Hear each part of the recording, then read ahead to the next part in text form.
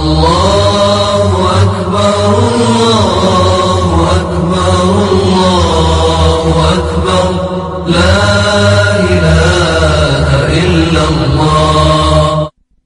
أعوذ بالله السميع العليم من الشيطان الرجيم. بسم الله الرحمن الرحيم. يا أيها الذين آمنوا إنما الخمر والميسر والأنصاب والأزلام رجس من عمل الشيطان فاجتنبوه لعلكم تفلحون. سبحانك لا علم لنا إلا ما علمتنا إنك أنت العليم الحكيم. رب اشرح لي صدري ويسر لي أمري واحلل عقدة من لساني يفقه قولي واحلل عقدة من لساني يفقه قولي. عزیز ساتھیوں، قابل احترام دینی بھائیوں، السلام علیکم ورحمۃ اللہ وبرکاتہ۔ آج کی مجلس میں صحیح بخاری شریف کی ایک حدیث سے متعلق کچھ گزارشات آپ لوگوں کے سامنے رکھنی ہے۔ وہ حدیث صحیح بخاری کے کتاب الرقاق میں باب التواضع کے اندر ابو مالک یا ابو حارث نامی صحابی سے مروی ہے۔ وہ بیان فرماتے ہیں کہ اللہ کے رسول صلی اللہ علیہ وسلم نے بیان فرمایا، آپ صلی اللہ علیہ وسلم نے ارشاد فرمایا کہ میری امت میں ایسے لوگ یقیناً پیدا ہوں گے، میری امت میں ایسے لوگ یقیناً پیدا ہوں گے جو زنا کو، ریشم کو، شراب کو اور موسیقی کو حلال سمجھتے ہیں۔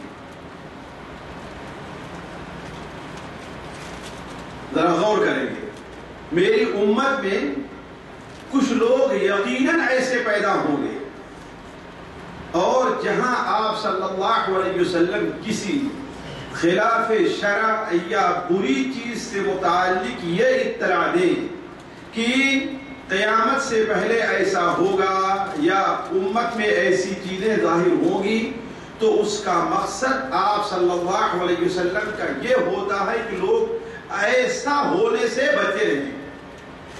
گویا آپ کو اس کام پر متنبہ کرنا رہتا ہے، اس کام سے متنبہ کرنا اور ڈرانا رہتا ہے کہ کہیں تم لوگ وہ کام نہ کرنا شروع کرو، کہیں تم لوگوں سے ایسے اعمال سرزد نہ ہو۔ تو آپ صلی اللہ علیہ وسلم نے ارشاد فرمایا کہ یقیناً میری امت میں گویا وہ لوگ جو اپنے آپ کو مسلمان کہہ رہے ہیں، جو کلمہ لا الہ الا اللہ محمد رسول اللہ کا اقرار کر رہے ہیں، وہ لوگ ایسے ضرور پیدا ہوں گے جو شرمگاہ کو، پہلی چیز کیا ہے؟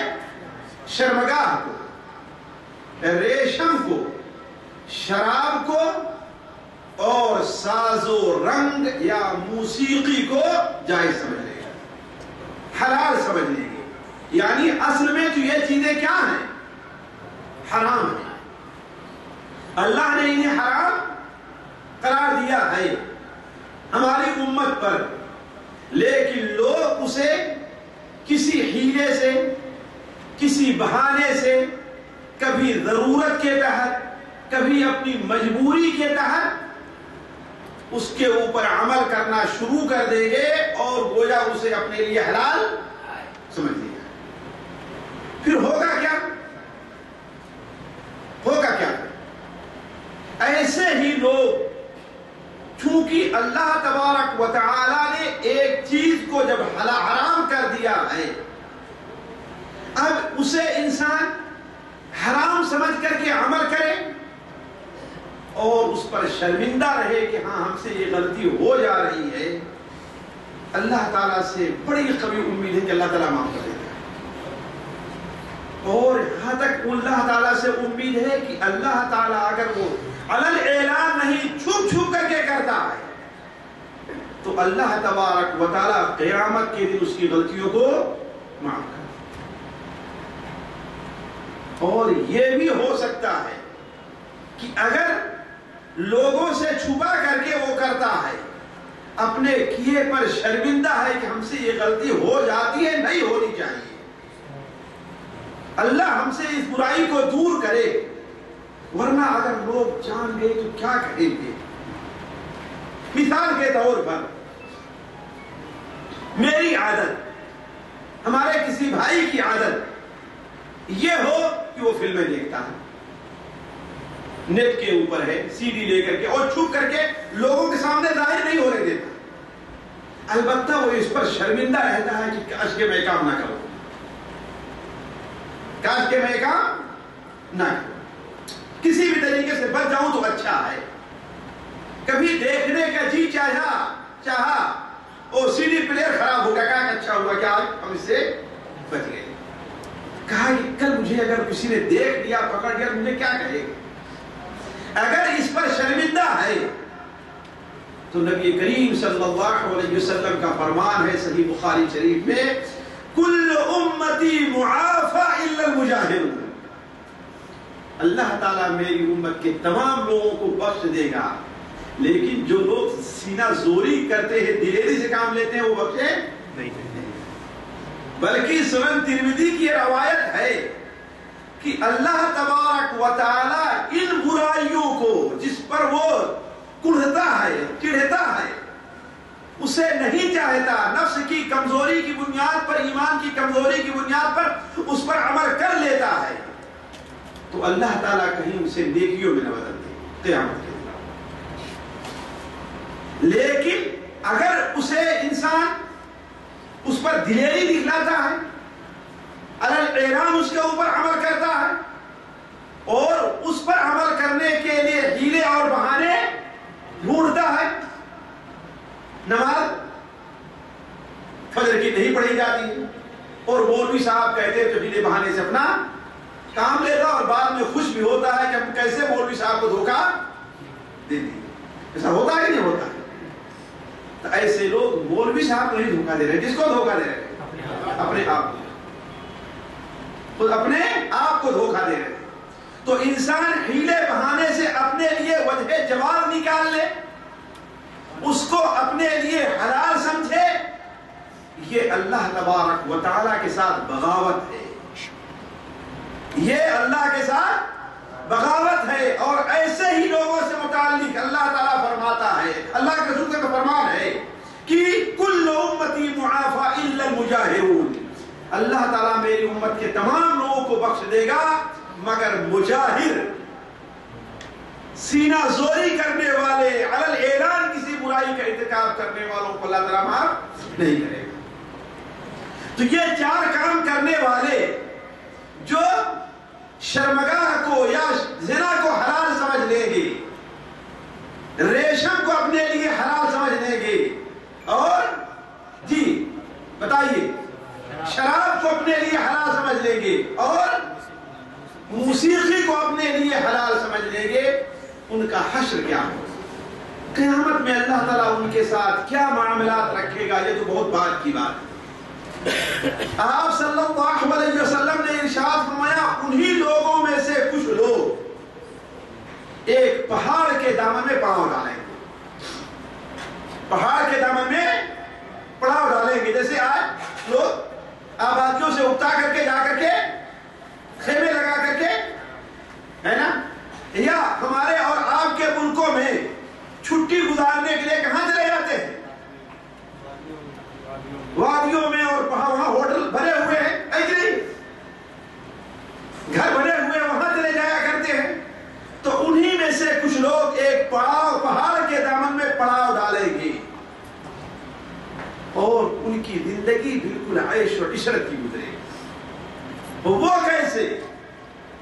کہ ان کے خوراک کے لیے ایک چرواہا ان کے پاس ان کے ریوڑ لے کر کے آئے گا، وہ ان کو دودھ مل جائے گا اور مست رہے گا۔ یعنی اللہ نے انہیں فرصت کی بھی نعمت دی ہوگی، صحت کی بھی نعمت دی ہوگی، اور مال کی بھی نعمت دی ہوگی، لیکن وہ اس کی قدر نہیں کریں گے، اس کا شکریہ نہیں ادا کریں گے۔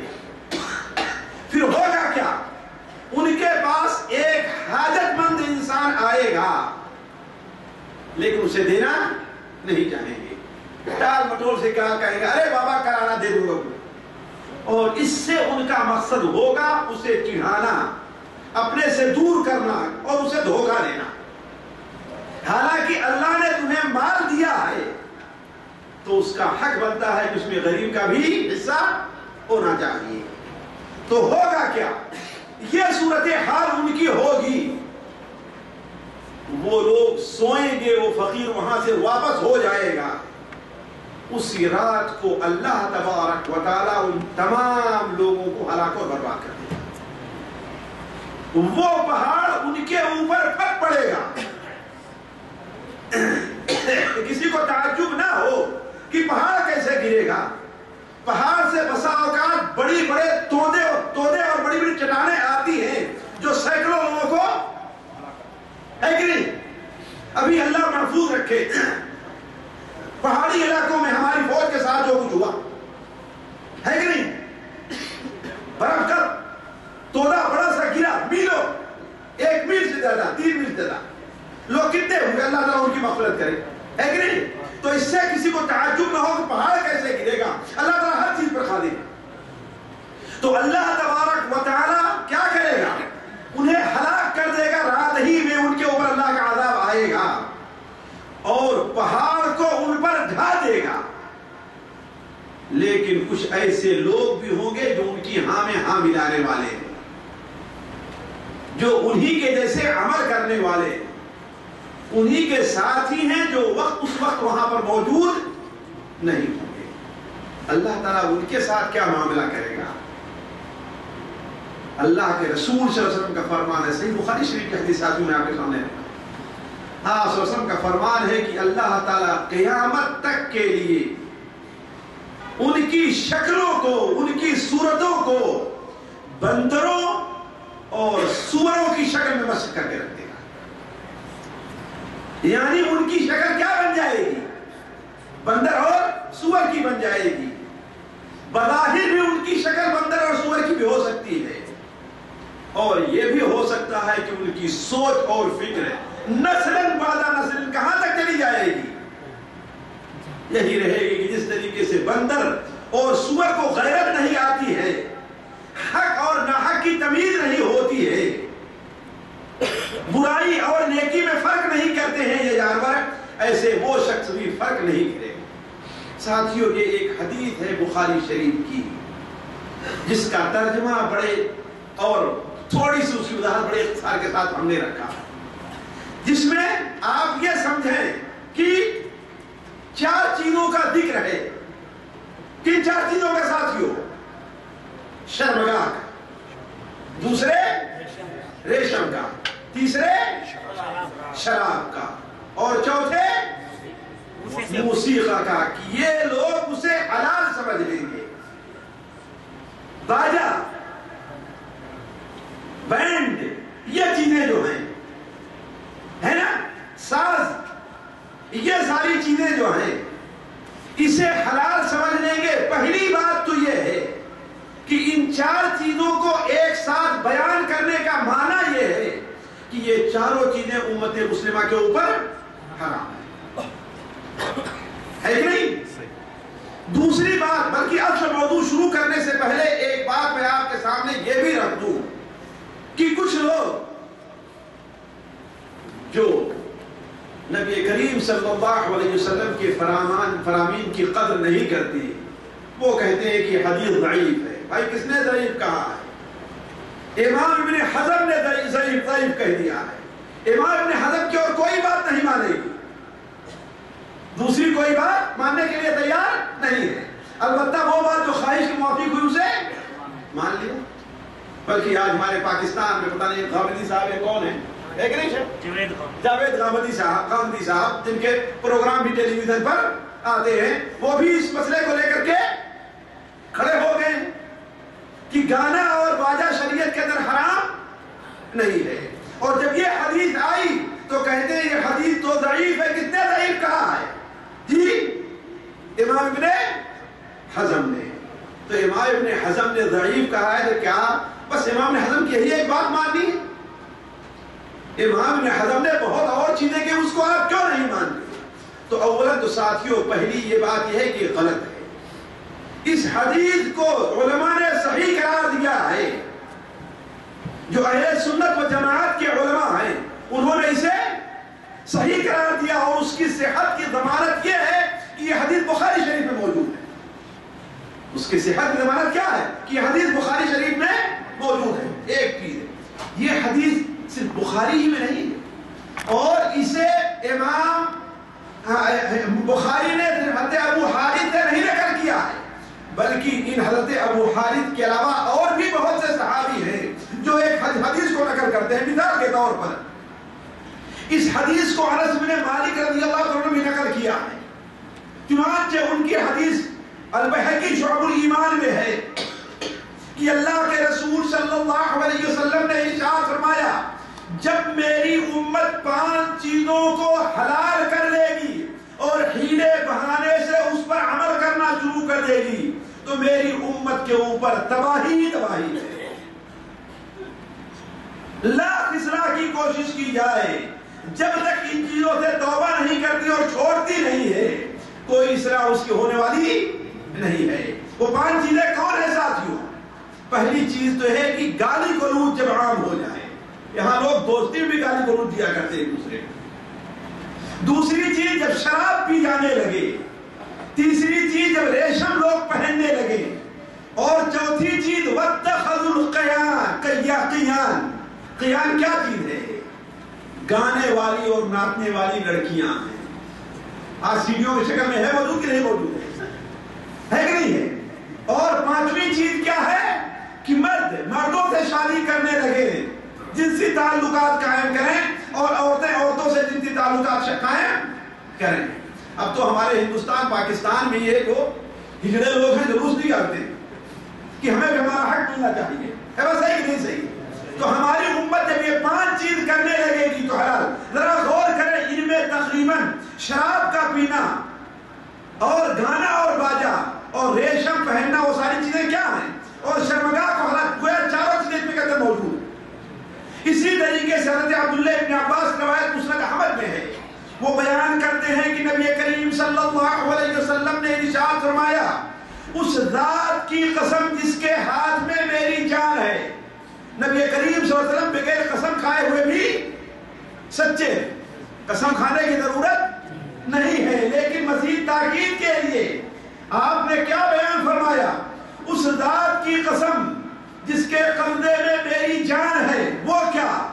میری امت کے کچھ لوگ اس حال میں رات گزاریں گے بڑے عیش سے ہوں گے اور بڑے کبر و گھمنڈ کے اندر مبتلا ہوں گے. لہو و لعب کھیل تماشے کے اندر مشغول ہوں گے. اب جب صبح ہوگی تو صبح ہوتے ہوتے اللہ تبارک و تعالی ان کی شکلوں کو سور اور بندر کی بنا دے گا. صحابہ کرام نے پوچھا اے اللہ کے رسول ایسا کیوں ہوگا؟ تو آپ نے فرمایا باستحلال لحم المحارم.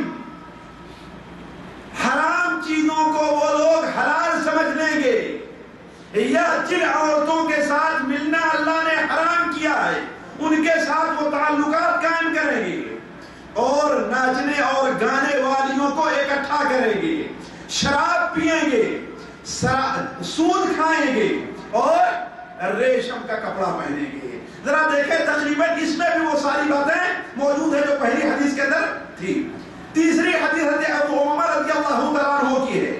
وہ حدیث مستدرک حاکم اور شعب الایمان میں ہے کہ نبی کریم صلی اللہ علیہ وسلم نے ارشاد فرمایا کہ میری امت کے کچھ لوگ اس حال میں رات گزاریں گے کہ ان کے کھانے اور پینے کی بڑی آسودگی ہوگی.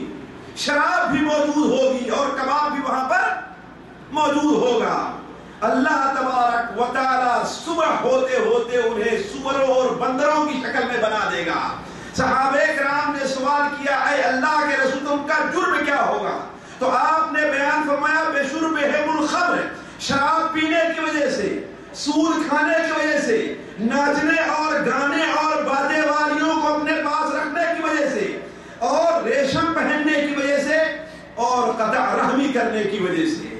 ساتھیوں اس طریقے سے اور بھی بہت سے صحابہ کرام سے یہ حدیث مروی ہے اختصار کے لیے میں ان کو چھوڑ دے رہا ہوں. صرف عرض یہ کرنا ہے ساتھیوں کہ یہ حدیث جو کہتے ہیں لوگ کہ یہ حدیث ضعیف ہے، یہ سراسر غلط بات ہے. نبی کریم صلی اللہ علیہ وسلم کا فرمان ہے.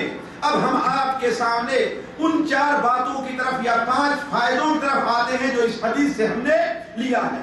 ساتھیوں، پہلی چیز یہ معلوم ہونا چاہیے، اور جیسا کہ ہم میں کا ہر شخص جانتا ہے، اللہ تبارک و تعالی نے زنا کو اپنی تمام شکلوں کے ساتھ حرام قرار دیا ہے نا. صرف زنا کو حرام نہیں قرار دیا، زنا کے سبب بننے والے جو کام ہیں انہیں بھی حرام قرار دیا. اس لیے کہہ رہا ہوں ذرا غور کریں کہ آخر ہم میں سے کتنے لوگ ہیں اس کو جائز سمجھ رہے ہیں، جائز نہیں سمجھ. یعنی غیر محرم عورت کی طرف دیکھنا بھی جائز نہیں ہے، اس کے چہرے کی طرف بھی دیکھنا جائز نہیں ہے. جائے گی اس کے کھلے ہوئے آستین تک ہاتھ، جائے گی اس کی پیٹھ، جائے گی اس کے پیٹ، جائے گی اس کی آنکھ، حتیٰ کی جائے گی. آج ذرا سوچیے، عام فلموں میں جو پیش کیا جاتا ہے وہ کیا کپڑا پہنے رہتے ہیں؟ سوچنے کی بات ہے. بلکہ نیٹ پر تو وہ چیز سے بھی اب آزاد ہو گئی ہے. واللہ یہ چیز میرے ذہن میں کیوں کھٹکی؟ بسا اوقات انسان حیران رہ جاتا ہے. میں آپ کو بتاؤں آج سے 4-5 دن پہلے کی بات. میرے نام سے فیس بک ہے لیکن سیدھا میں چلانا نہیں جانتا. میں صحیح طور پر مکمل طور پر چلانا نہیں جانتا. کچھ دروس کے لیے یا اس کے لیے بچوں نے اپنا کھول دیا ہے جو لوگ آ رہے ہیں. ایک بار مجھے بھی یہ شوق ہوا کہ ہم بھی اپنے بعد پرانے معارف جو ہیں، یہ رشتہ دار ہیں، یہ ہے، ان سے متعلق دیکھیں کہ کس کا فیس بک ہے. تو ایک ہمارے بہت پرانے ملنے والے دلی میں تھے، ان کا نام ڈالا تو ایک کئی چیزیں آئی. ظاہر بات ہے ہمارے خیال سے نام ڈالے تو اس نام جتنے لوگ ہیں سارے لوگ آ جاتے ہیں. اب آپ مانیں گے واللہ ان ناموں سے آپ فہرست آئی ہے تو اس میں ایک عورت کے نام سے، چونکہ مثال اگر آپ خان ڈالیے تو مرد کے ساتھ عورت، صدیقی ڈالیے تو مرد کا نام کے ساتھ صدیقی، عورت نام صدیقی، سارا کا سارا آ جاتا ہے. واللہ ایک کسی خاتون کا تھا، وہ فیس بک پر وہ یا کہ اس کا آدھا حصہ یہ کیا ہے کھلا ہوا، آدھا حصہ یہ کھلا. تو عرض کرنے کا مقصد ہے کہ اسلام نے اور بدقسمتی ہے کہ مسلمان کا نام ہے، وہ کس کا نام ہے وہ، اور میں جانتا ہوں جس نے ڈالا اس کا اپنا نام نہیں، اس کی اپنی تصویر نہیں ہوگی، کسی اور کی تصویر لا کر کے اس نے، لیکن یہ ہے اپنے لیے یا غیر کے لیے دیکھنا اس کو جائز سمجھا تبھی تو لا کر کرنا وہاں کو اس نے. تو اس حدیث سے یہ پتا چلا ساتھیوں کہ زنا اپنی تمام شکلوں کے ساتھ حرام ہے. خواہ آنکھوں کا زنا ہے، زبان کا زنا ہے، کان کا زنا ہے، پاؤں کا زنا ہے، ان تمام چیزوں کو شریعت نے اسی لیے حرام قرار دیا ہے. اللہ تعالیٰ قرآن مجید میں نہیں فرمایا تم زنا نہ کرو، کیا فرمایا؟ وَلَا تَقْرَبُوا الزِّنَا، تم زنا کے قریب بھی نہ جاؤ. ذرا غور کریں گے، اللہ نے نہیں فرمایا کہ تم زنا نہ کرو، کیا فرمایا؟ کہ تم زنا کے قریب، یعنی وہ عمل جو انسان کو زنا تک لے جاتے ہیں، غیر محرم کی طرف دیکھنا، ان کی آواز کو سننا، ان کی تصویر کو دیکھنا، یہ کام بھی تمہارے لیے اللہ تعالیٰ نے کیا کیا؟ حرام قرار دیا. لیکن بدقسمتی یہ ہے کہ آج کے زمانے میں لوگوں نے اس چیز کو حلال سمجھ لیا. اس چیز کا کیوں؟ عام طور پر دیکھیں آج غیر محرم عورت کی طرف دیکھنا کوئی عیب نہیں سمجھا، بلکہ بڑے مسلمان ہیں بڑی دلیری سے کہہ دیں گے کہ پردہ کس کا ہوتا ہے؟ دل کا ہوتا ہے نا، بڑی آسانی سے کہہ دیں گے. وہ پکا جھوٹا ہے، مکار ہے، پکا جھوٹا ہے، پکا جھوٹا ہے. کیا صحابہ کرام دل کے پردے کو نہیں چھڑانے کے لیے آیا؟ تو غیر محرم عورت، بلکہ ایک صاحب سے کچھ گفتگو ہونے لگی، وہ ذہنی الجھن کے شکار تھے۔ عام طور پر ایسے لوگ ذہنی، خاص طور پر نوجوان طبقہ، ساتھیوں اسی لیے منبہ کر رہا ہوں، نوجوان طبقہ خاص طور پر جو فلمیں وغیرہ یا نیٹ کے اوپر یہ تمام چیزیں دیکھنے کا عادی ہے، وہ اپنی صحت کو برباد کر رہا ہے، اپنی صحت کو برباد کر رہا ہے۔ میں آپ سے کہوں کس قدر ہم سے سوالات ہوتے ہیں، کسی کو رات میں نیند نہیں آ رہی، کسی کو خواب میں ادھر ادھر کی چیزیں دکھائی دے رہی ہے، کوئی شکایت کر رہا ہے کہ شاید میرے اوپر کچھ نظر لگ گئی ہے، مجھے جنات کا، لیکن یہ نہیں سوچتا ہے کہ آخر وہ دن بھر یا اپنے کمرے میں کیا کیا کرتا رہتا ہے۔ تو یہ بڑی اہم چیز ہے۔ ایک صاحب کو سے مناقشہ کرنے لگا، اور سمجھانے لگا کہ آپ کا علاج خود آپ کے ہاتھ میں ہے۔ وہ کیسے؟ کہ یہ چیزیں آپ بند کر دیجیے۔ تو کہتے ہیں مولوی صاحب کیا اس کا دیکھنا بھی ناجائز ہے، اس کے اوپر عمل کرنا ناجائز ہے، لیکن اگر دیکھ لے تو؟ ہم نے کہا اللہ کے بندے، ایک بار بھی کوئی عمل نہیں ہوتا، دیکھنے کے بعد ہی عمل ہوتا ہے۔ تو عرض کرنے کا مقصد یہ ہے کہ اگر وہ زنا جو ہم سمجھتے ہیں وہ نہیں، اسی لیے حدیث شریف میں ساتھیوں یہ نہیں کہا گیا کہ وہ لوگ زنا کرتے ہیں، زنا کو حلال سمجھیں گے، ذرا غور کریں گے، اور اہل علم بھی یستحلون الحرى کرتے شرمگاہ کو حلال کر لیں گے۔ حدیث میں کیا الفاظ آئے؟ شرمگاہ کو حلال کر لیں گے، خاص زنا کی شکل میں ہے یا شرمگاہ کو دیکھنے کی شکل میں۔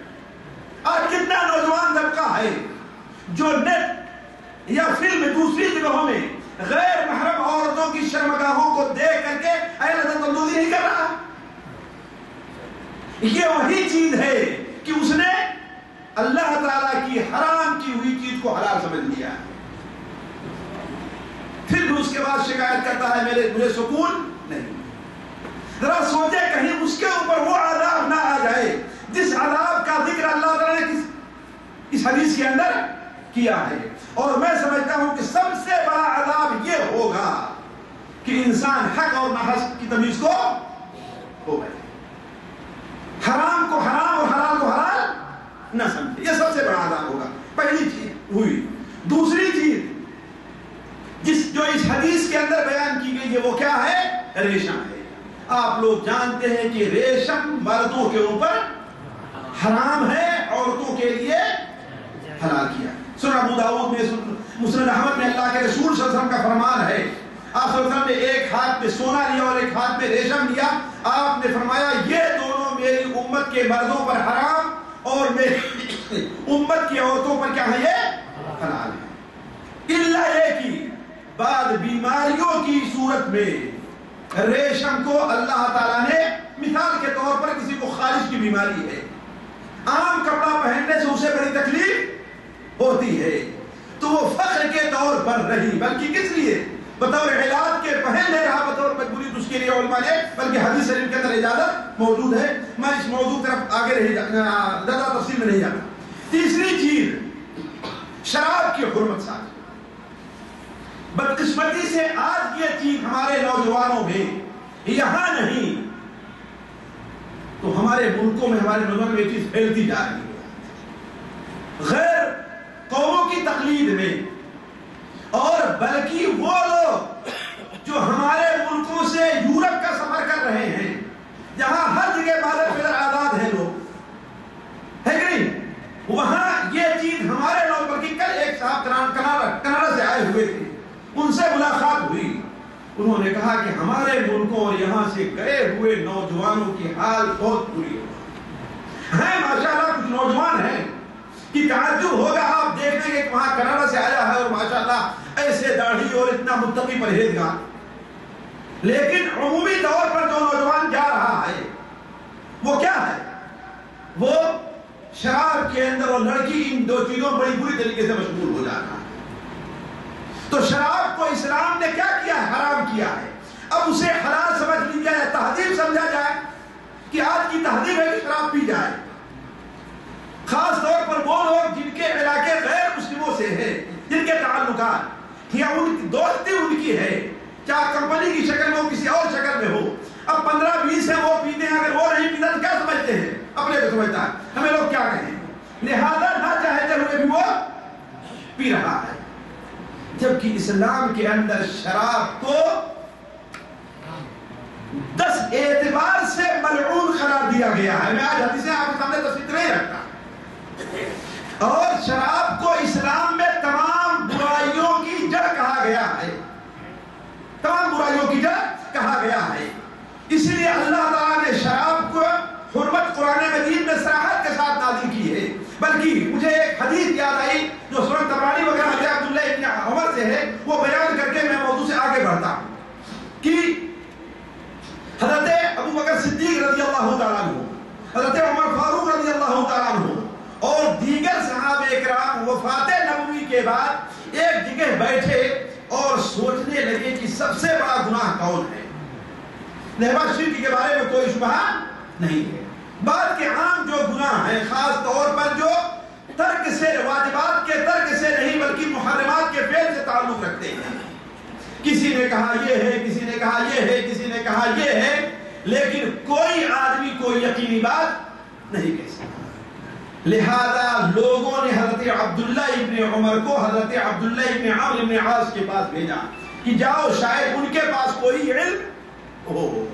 تو حضرت عبداللہ ابن عمرو نے کہا کہ سب سے بری چیز اور سب سے بڑا گناہ شراب پینا ہے. سب سے بڑا گناہ شراب پینا ہے. کیوں؟ کہا اس لیے کہ نبی کریم صلی اللہ علیہ وسلم, بلکہ جب آ کر کہ حضرت عبداللہ ابن عمر بتائے ابو بکر و عمر سے, تو لوگوں نے تعجب کیا, کہا یہ کیسے ہو سکتا ہے. اور سب لوگ مل کر کے حضرت عبداللہ ابن عمر کے گھر گئے کہ مزید تحقیق کریں کہ سب سے بڑا گناہ شراب کیسے ہو سکتا ہے, شراب پینا کیسے ہوگا. چنانچہ جب ان کے یہاں جاتے ہیں تو کہا کہ یہ بات میں اپنی طرف سے نہیں کہہ رہا ہوں. نبی کریم صلی اللہ علیہ وسلم نے بیان فرمایا کہ ایک بادشاہ تھا پچھلے زمانے میں, اس نے ایک شخص کو پکڑا اور کہا کہ تمہیں اختیار دیا جا رہا ہے یا کہ تم شراب پیو, یا قتل کرو, یا زنا کرو, یا سور کا گوشت کھاؤ ورنہ تمہیں قتل کر دیا جائے گا. 5 چیزوں میں جس چیز کا تمہیں انتخاب کرنا ہے انتخاب کر لو. پہلی چیز کیا ہے؟ شراب پیو, زنا کرو, قتل کرو, سور کا گوشت کھاؤ, یا پھر قتل ہونے کے لیے تیار ہو جاؤ. ظاہر بات ہے جس کو اپنی جان عزیز نہیں ہوگی کون قتل ہونا چاہے گا.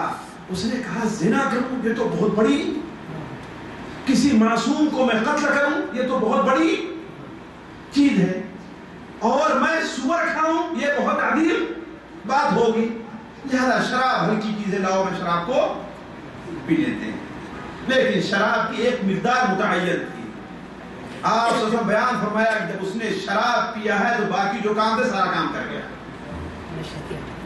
زنا بھی کر گیا, قتل کے لیے بھی تیار ہوا, سور کا گوشت سامنے پڑا تھا اس لیے شراب اور گوشت دونوں ساتھی ہے کہ نہیں ہے, وہ بھی کر گیا. تو آپ صلی اللہ علیہ وسلم نے اس وقت ارشاد فرمایا تھا کہ جو شخص اس دنیا میں شراب پیتا ہے اور نماز پڑھتا ہے تو 40 دن تک اس کی نماز قبول نہیں ہوتی, اور اگر اس حال میں مر جائے کہ اس کے بتانا میں شراب کا کچھ حصہ باقی ہے تو اللہ تبارک و تعالی اسے جہنمیوں کی پیپ پینے کے لیے دے گا, اسے جنت کی شراب حاصل نصیب نہیں ہوگی. تو عرض کرنے کا مقصد ہے کہ آج شراب کو مختلف ناموں کے ذریعے جو ہمارے اور آپ کے یہاں حلال سمجھ لیا جا رہا ہے, یہ بہت بڑی بری چیز ہے. اس کے بعد ساتھیوں اس حدیث میں جو چیزیں بیان کی گئی ہے وہ کیا ہے؟ باجا اور موسیقی ہے. یہ ایسی عام برائی ہے جو اس قدر عام ہو گئی ہے کہ اگر کوئی سننا نہ چاہے پھر بھی سننا پڑتا ہے اسے, ہے کہ نہیں؟ عصر حاضر کے جو سب سے بڑے فتنوں میں ایک فتنہ ہے, وہ کیا چیز ہے؟ حتیٰ کی صورتحال یہاں تک پہنچی ہے کہ ہمارے ہاں لوگ شراب کو علی الاعلان حلال ہونے کا فتویٰ دینے سے تو باز نہیں دے سکتے. زنا کے حلال ہونے کا، ہاں بھائی غیر اور نظر کرنے کا ٹھیک ہے، لیکن زنا کے حلال ہونے کا فتویٰ دینے کی جرات نہیں کیا. لیکن گانے کے حلال ہونے کا فتویٰ، لیکن ساتھیوں گانے کی حرمت قرآن مجید سے ثابت ہے، حدیث رسول سے ثابت ہے، اور صحابہ کے اقوال سے ثابت ہے. تو یہ تفصیل کسی اور موقع پر، لیکن ابھی اختصار کے ساتھ سن لیجیے. شراب کی حرمت قرآن سے ثابت ہے، حدیث سے ثابت ہے، اور صحابہ کرام کے اقوال سے ثابت، تینوں سے ثابت ہے. بلکہ ائمہ اربعہ کا اتفاق ہے اس پر کہ باجا اور موسیقی کیا ہے؟ حرام. قرآن مجید کی علماء کہتے ہیں کہ 3 آیتیں ہیں، قرآن مجید کی 3 آیتیں ہیں جس میں باجے کی مذمت بیان کی گئی ہے. وہ 3 آیتیں کون کون سی ہیں؟ حافظ لوگ سورہ لقمان کی، ماشاءاللہ، اور سورہ بنی اسرائیل کی، ماشاءاللہ نبی بھائی نے بیان کر دیا. پہلی چیز کیا ہے؟ سورہ لقمان کی ہے، اور سب سے اہم ہے یہ وَمِنَ النَّاسِ مَن يَشْتَرِي لَهْوَ الْحَدِيثِ. لَهْوَ الْحَدِيث میں مراد کیا ہے؟ گانا اور باجا. اور سورہ بنی اسرائیل کی وَاسْتَفْزِزْ مَنِ اسْتَطَعْتَ عَلَيْهِمْ بِصَوْتِكَ. صوتِكَ کی تفسیر علماء نے کیا کی ہے؟ باجا کی ہے، گانا اور باجا کی ہے. اور سورہ النجم میں جو ہے کیا ہے؟ وَهُمْ وَأَنْتُمْ سَامِدُونَ. ان 3 آیتوں سے امام قرطبی رحمہ اللہ نے تفسیر کے اندر ذکر کیا ہے کہ علماء باجے کی حرمت پر استدلال کرتے ہیں. اور حدیثیں تو کئی ایک آپ کے سامنے ہم نے ابھی بیان کر دی جس سے باجے کی حرمت، بلکہ نبی کریم صلی اللہ علیہ وسلم نے یہاں تک بیان فرمایا ہے کہ اللہ تعالیٰ نے ہمارے اوپر شراب کو، جوا کو اور دف یعنی باجا کو حرام قرار دیا. لیکن بدقسمتی سے ساتھیوں یہ چیز آج ہمارے یہاں بہت عام ہے. کئی اعتبار سے میں ذرا اس پر توجہ دلاؤں گا. ایک اعتبار سے تو یہ عام ہے کہ آج ہمارے موبائل میں بھی ہے کہ نہیں، ہمارے موبائل میں بھی آج موسیقی توجہ دینے کی ضرورت ہے. ساتھیوں آج حرم شریف، مسجد حرام جو دنیا کی سب سے پاک زمین ہے اتنی پاک کوئی زمین، مسجد نبوی جو باقی میں دنیا کے اندر دوسرا مقام رکھتی ہے، مسجدوں سے بھی آج باجے اور گانے کی آواز آ رہی ہے. ہمارے ان بھائیوں کو جو اس مرض کے اندر مبتلا ہیں، یہاں موجود ہیں یا وہاں موجود نہیں ہیں، مشکل یہ ہے ساتھیوں کہ ہم ایک دوسرے کو نصیحت نہیں کرتے. اگر ہم میں کا جو شخص جانتا ہے، اس کے پڑوس میں رہنے والا، اس کے ساتھ کام کرنے والا، اس کے ساتھ کمرے میں رہنے والے کو منع کرے ہو کہ ہاں بھائی تمہارے موبائل میں یہ ٹون جو ہے، بہت سی ٹونیں موجود ہیں، یہ ٹون جو ہے وہ ناجائز اور حرام ہے، تم مسجد میں لے کر کے جاتے ہو، مسجد میں لے کر کے جاتے ہو، کبھی نماز میں ہو اور بچ جاتا ہوتا ہے کہ نہیں ہوتا ہے؟ سنتے کہ نہیں سنتے آپ لوگ؟ ساتھیوں اس کے اندر جو ہے کئی خرابیاں پائی جاتی ہیں. پہلی خرابی تو یہ ہے کہ مسجد کی بے حرمتی ہے، مسجد کی بے حرمتی ہے. اگر کوئی ہندو غیر مسلم مسجد میں بیٹھ کر گانا گانے گے تو آپ کیا کہیں گے؟ جی، اور آپ خود بجا رہے ہیں. جیسے کوئی مسلم غیر مسلم کسی کی داڑھی چھین دے تو مصیبت آ گئی، اور اپنے خود چھین کر کے اس کو کوڑے میں گندگی پھینکتے ہیں تو کوئی بات نہیں ہوتی. یہ ہماری عقل ماری گئی ہے نہیں. تو اس میں مسجد کی بے حرمتی وَمَن يُعَظِّمْ شَعَائِرَ اللَّهِ فَإِنَّهَا مِن تَقْوَى الْقُلُوبِ. اور دوسری چیز نماز کی بے حرمتی ہے. نماز اللہ تعالیٰ کا شعیرہ ہے. نماز کے اندر تو آپ صلی اللہ علیہ وسلم نے یہاں تک اجازت نہیں دی ہے کہ اگر آپ کا بھائی چھینک آئے الحمدللہ کہے تو آپ یرحمک اللہ کہہ سکیں. ذرا سوچیں آپ یرحمک اللہ کہیں، اس کی بھی اجازت نہیں دی ہے تو یہ جائے کہ نماز کے اندر باجے کی اجازت کیسے؟ تیسری خرابی ہے کہ اللہ تعالیٰ کے ساتھ بے ادبی ہے. اللہ کے ساتھ ذرا سوچئے، آپ کا بڑا بھائی، آپ کا مدیر، آپ کا باپ موجود ہو اور کہے کہ ہر ایک کو اپنا موبائل بند کر لینا ہے، اور کوئی ڈھیٹا بنا رہے بند نہ کرے اور بچ جائے تو وہ کیا کہے گا؟ ناراض ہو گئے نا. کہا تجھے اتنی تمیز نہیں، میرا اتنا لحاظ نہیں کیا تم نے، ہے بات صحیح نہیں صحیح؟ لیکن اللہ تبارک و تعالیٰ سے عظیم ذات کوئی ہوگی ساتھیوں جی، لیکن اس بندے کے نزدیک اللہ تعالیٰ کا کوئی ادب نہیں ہے. چوتھی چیز، مسلمان اور نمازیوں کو ایذا اور تکلیف پہنچانا. آیا تکلیف پہنچتی کہ نہیں پہنچتی؟ واللہ میں دوسرے کو کیا بتاؤں. بسا اوقات یہ ہوتا ہے کہ میں یہ بھول جاتا ہوں کہ میں کیا نماز کون سی رکعت میں تھا، اتنی تکلیف ہوتی. اور میں نماز پڑھا رہا تھا، یہ صورتحال پیش آئی ہے کہ میں بھول گیا کس رکعت پڑھوں. آخر میرا کیا گناہ ہے، میری کیا کون سی غلطی ہے کہ میری نماز تو خراب کر دے رہا ہے. والذین یؤذون المؤمنین والمؤمنات بغیر ما اکتسبوا فقد احتملوا بہتانا واثما مبینا. جو لوگ مومن مردوں کو، مومن عورتوں کو بغیر ان کے کسی جرم کے ایذا اور تکلیف دیتے ہیں، فقد احتملوا بہتانا واثما مبینا، وہ بہت بڑا گناہ کما رہے ہیں. ذرا خوف کریں ایسے لوگ کہ کتنا بڑا گناہ کما رہے ہیں. اور پانچویں چیز، خود اس شخص کو، وہ شخص اپنی نماز کو خراب اور برباد کر رہا ہے. خود ہی سوچ لیجئے کہ خدا نخواستہ آپ کو اگر کسی بڑے کے ٹیلی فون کا انتظار ہے، یا بڑے کے نہ ہو اپنی بیوی کی ٹیلی فون کا انتظار ہے، آپ نماز پڑھ رہے ہیں اور ٹیلی فون بج گیا تو آپ کی نماز کی کیا کیفیت ہوگی؟ ذرا سوچیں. یہ اس صورت میں ہے جبکہ عام ٹون ہو تو چل جائے کہ اس میں وہ ٹون بھری ہوئی ہے جو اللہ اور اس کے رسول کے نزدیک ناجائز اور حرام ہے. تو عرض کرنے کے وقت اس وقت ساتھیوں ہمارے اندر، ہمارے نوجوانوں میں، اور خصوصاً ہمارا لیبر طبقہ جو ہے یا اپنے کو بڑا اینڈوال سمجھتا ہے، اس کے اندر یہ برائی جو پیدا ہو گئی بڑی خطرناک ہے. کہیں خطرہ ہے کہ اس حدیث کے ذمن میں وہ بھی نہ آ جائے کہ اللہ تعالیٰ اس کی شکل مسخ کر دے. اللہ کا خوف کرے کہیں جانا اس کی گاڑی کا ایکسیڈنٹ نہ ہو جائے، کہیں وہ کسی پل سے گر کر کے ہلاک برباد نہ ہو جائے. ذرا سوچے، اس لیے کہ ہماری باتیں اللہ کے رسول صلی اللہ علیہ وسلم کا فرمان ہے. اور ساتھیوں اس سے بھی بری چیز گانے بانے کی ایک بڑی بری شکل ہے، گانے بجانے کی ایک اور ہے. وہ کیا کہ گانے اور باجے کو کوئی آدمی ثواب کا کام اور عبادت سمجھنا شروع کر دے.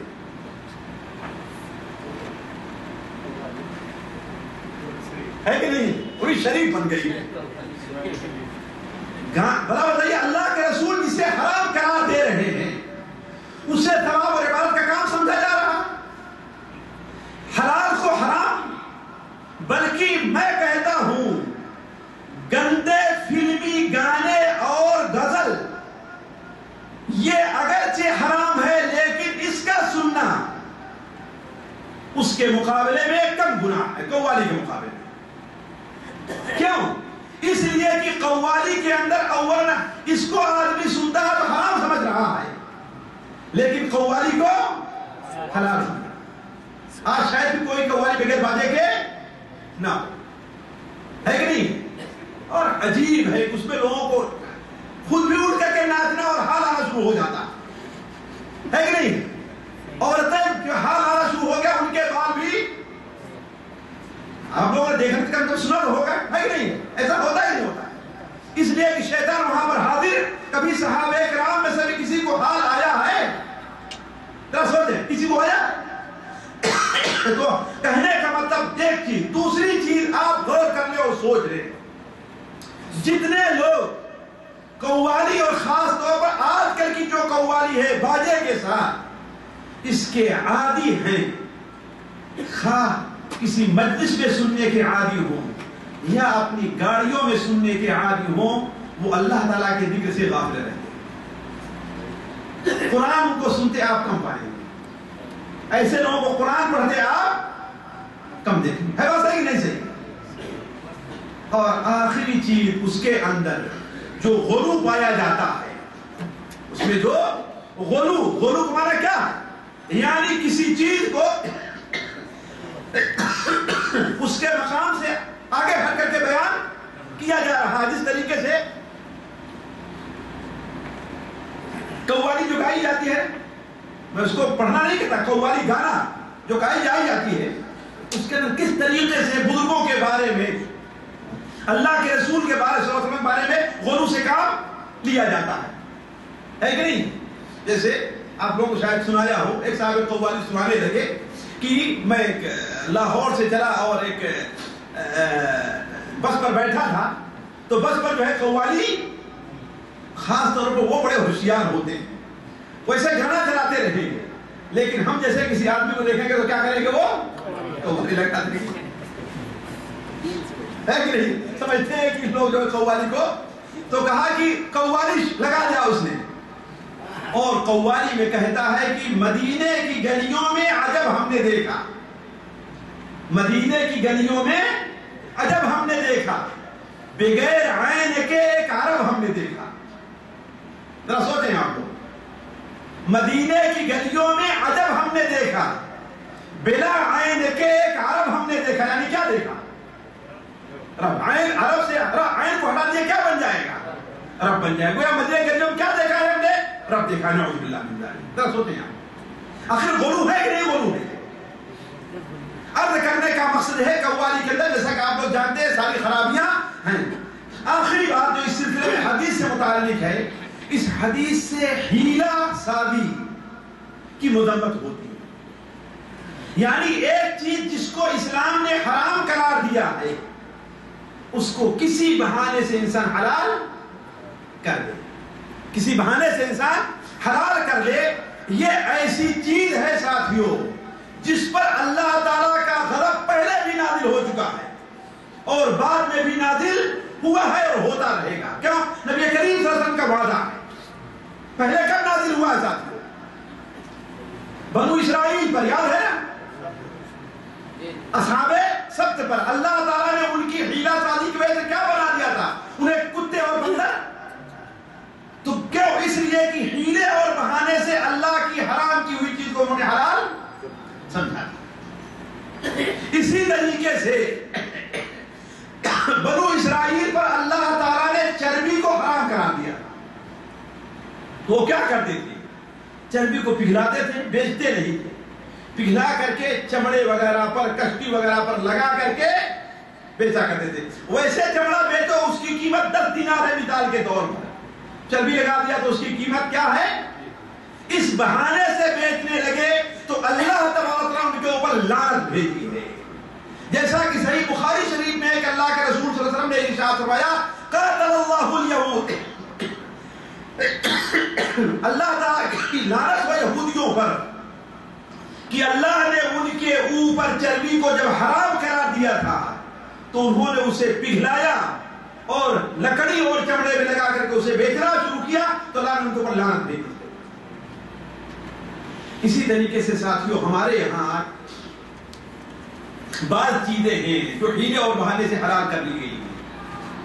توجہ دیں، ان میں جو سب سے خراب اور بری چیز ہے وہ کیا ہے؟ حلالہ ہے.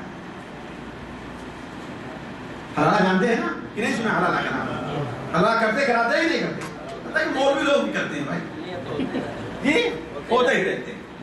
یہ بھی چیز ہے جو حیلے اور بہانے سے، آخر حیلہ بہانہ ہی تو ہے نا. دنیا کا کوئی انسان کہے گا کہ حیلہ بہانہ نہیں ہے. قرآن کا یہ فیصلہ ہے، حدیث کا یہ فیصلہ ہے کہ جس عورت کو 3 بار طلاق دے دی جائے وہ اپنے شوہر کے لیے اس وقت تک حلال نہیں ہوگی جب تک کہ کسی اور شوہر سے شادی نہ کر.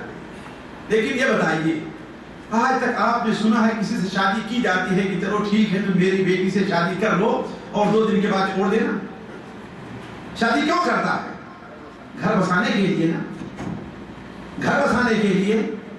ظاہر میں بھی اور باطن میں یہی نیت رہتی کہ مجھے اس کے ساتھ رہنا ہے. یہ نہیں رہتا کہ ہاں 10 دن کے اندر اسے ہمیں چھوڑ دینا ہے. لیکن اب چونکہ اپنی بیوی کو یہاں پر بسانا ہے، غلطی کر بیٹھے ہیں اور صحیح حدیث کے اوپر عمل نہیں کرتے کہ ایک مسجد کی 3 طلاق کیا ہوتی ہے؟ ایک ہی ہوتی ہے. لہذا اب اسے حلال کرنے کے لیے حیلہ بہانہ کرنا شروع کر دیا اور حیلے بہانے سے کیا کرنا شروع کیا؟ حلالہ کرنا اور کرانا شروع کر دیا. جبکہ سنن ترمذی میں، سنن ابو داؤد میں، سنن نسائی میں، مسند احمد میں، دیگر کتب حدیث میں حضرت عبداللہ بن مسعود سے، حضرت عقبہ ابن عامر سے مروی ہے کہ اللہ کے رسول صلی اللہ علیہ وسلم لعنت بھیجی ہے حلالہ کرنے والے، حلالہ جس کے لیے کرا کیا جائے. لعنت کون بھیج رہا ہے ساتھیوں؟ اللہ کے رسول صلی اللہ علیہ وسلم.